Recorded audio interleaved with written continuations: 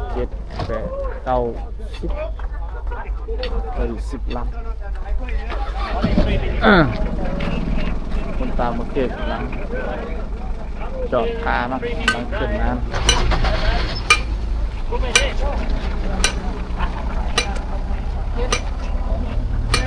กำลังขึ้นพักผ่อนเนาะ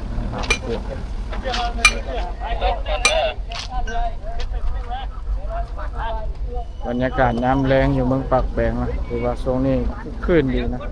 มีนักท่องเที่ยวต่างประเทศมาหลาย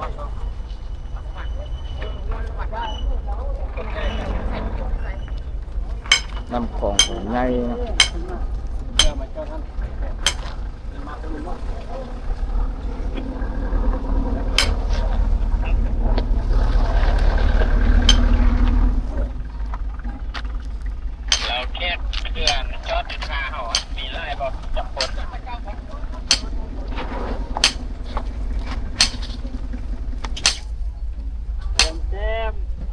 อยู่งามๆอยู่ นี่มึงต้องการจนเติมได้ดิน่ะแต่โควิดกูแล้วมาประมาณพอ4-5 ปีเดี๋ยวที่เราดิ ต่างประเทศกำลัง ไม่ได้2 แสนโอเคแจ้งไปนอนได้ดิ ตัวนี้ยังเป็นส่วนที่น้อย พรสวรรค์โอ้เจ้าเนาะไอ้นั่นเนาะ ในสิมาอีกรอบดึกมาอีก5 ลัง ตังค์อย่างเรื่อย มาเป็นรถกระบะ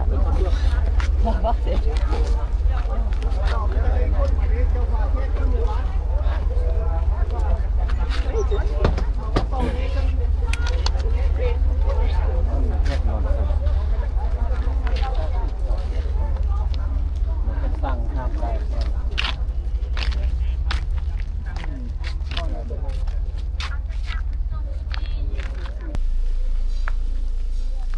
อนนี้ตะเวนใกล้สิตกดินแล้วนะ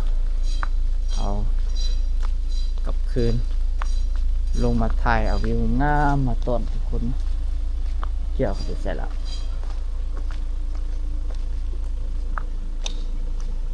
ต่างประเทศนะกำลังทยอยมา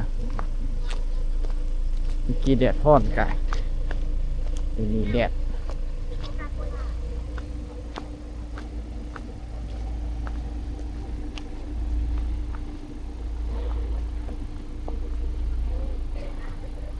ก็คือมีรถต่างสาลีเนี่ยสิ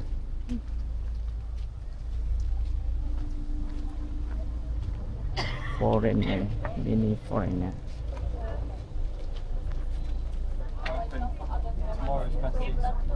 ต่างประเทศนะ I know, yeah, I didn't see it. And then ต่างประเทศหลายตึกอย่ามาถ่ายรูปพี่ๆนะ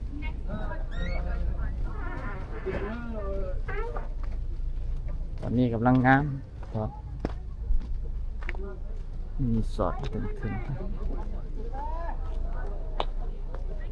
มีหมอนั่นอาบน้ำอยู่ฮะเนี่ย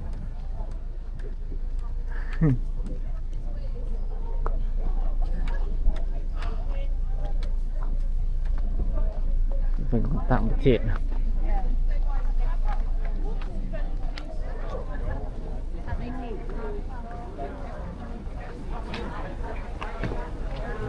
คนต่างประเทศ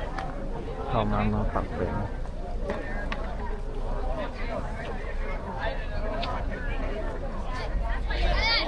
ช่วงนี้เต็มเลยนะคนต่างประเทศขี่เรือนี่ไปลงพระบางคนเท่าไหร่วะคนหนึ่ง คนหนึ่ง แสนห้า เขาไปทุกเที่ยวเขาก็ไปอยู่ด้วยคิวอย่างไรหรือว่าเขาต่างเป็นคนต่างประเทศ คนลาวไป คนกันเนาะ คนต่างห้วยไส้กับแสนห้า คือกัน แต่ว่าไก่นี่ห้วยซ้ายไก่ก็บ่หรือว่า คือไส้ หรือว่าลงพระบางไก่ก็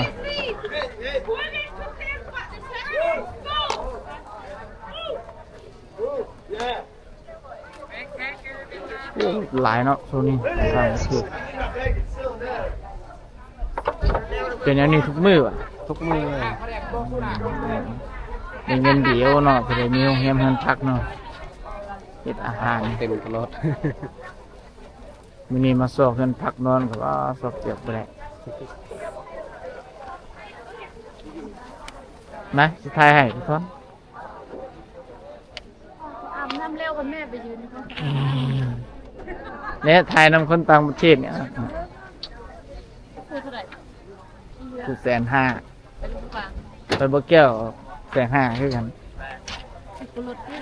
สิกูรถโอ้รถ200,000 300,000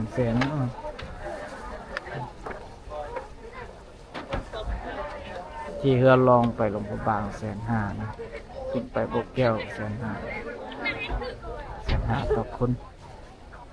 ต่างประเทศหลายเด้อ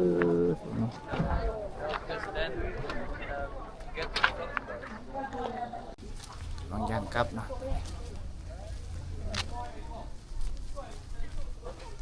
นี่คือบรรยากาศยามแรงเมืองปากแบงนะไปอุดมไซ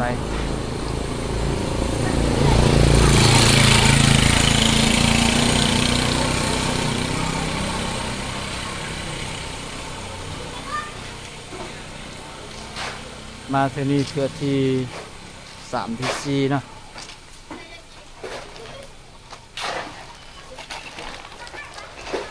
ตอนนี้ขึ้นท่าเรือมาแล้วนะ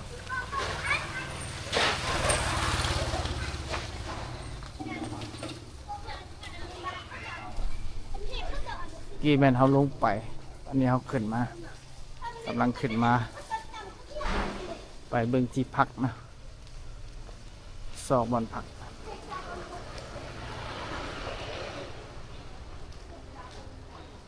บรรยากาศยามแลง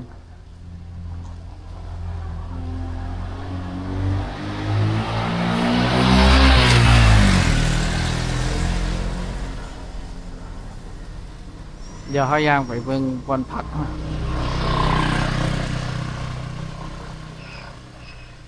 ว่าเขาได้จองแล้วนะจองมันพักเรียบร้อยนะห้องหนึ่ง250,000 กีบห้องหนึ่งเดี๋ยวกำลังเดินทางไปนะ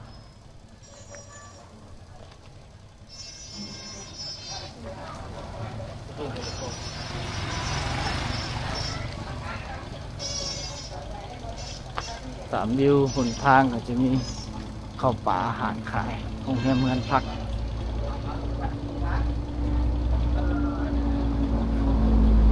ยังไงถามคนฟ้า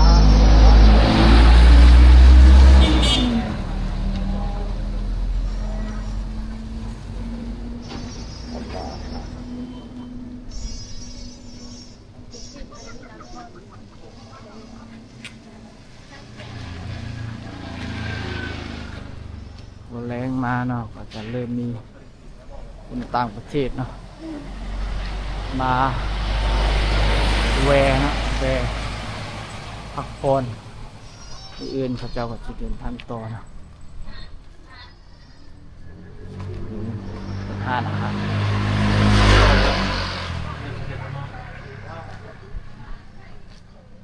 มีห้านอาหาร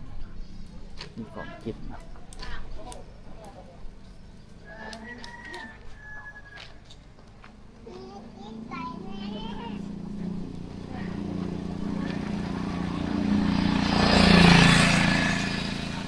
เริ่มมีคนต่างประเทศแล้วนะทำมา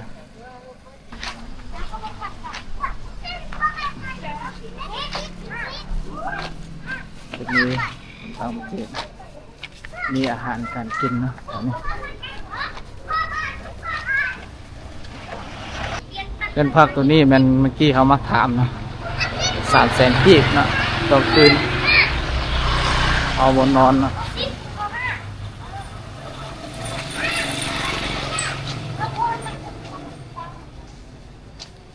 เริ่มมีคนต่างประเทศขึ้นนะเมื่อกี้เขามาเนี่ยก็ค่อยขึ้น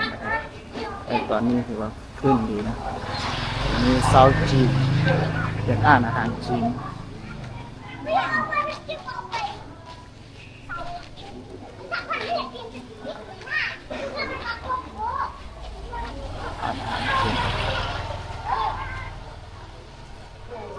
ตอนนี้เขามาฮอดบนผักแล้วนะ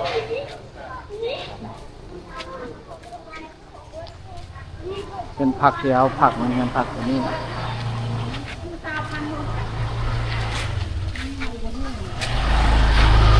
เอาขึ้นไปบนผักนะเมื่อกี้เขาจองไว้แล้วนะมีแต่เขาขึ้นไปผัก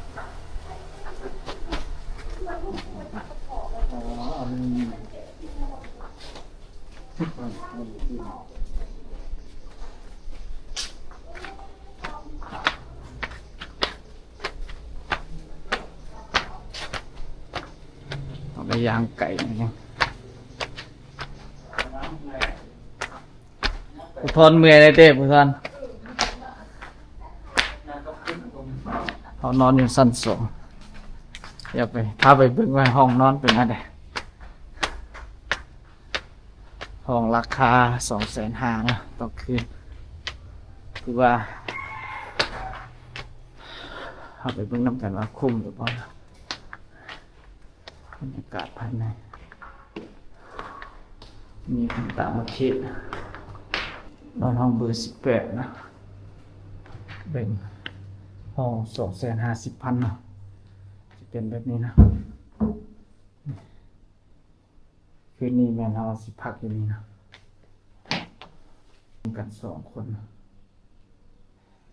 เมื่อกี้เอาเครื่องมาไว้แล้วนะโอเค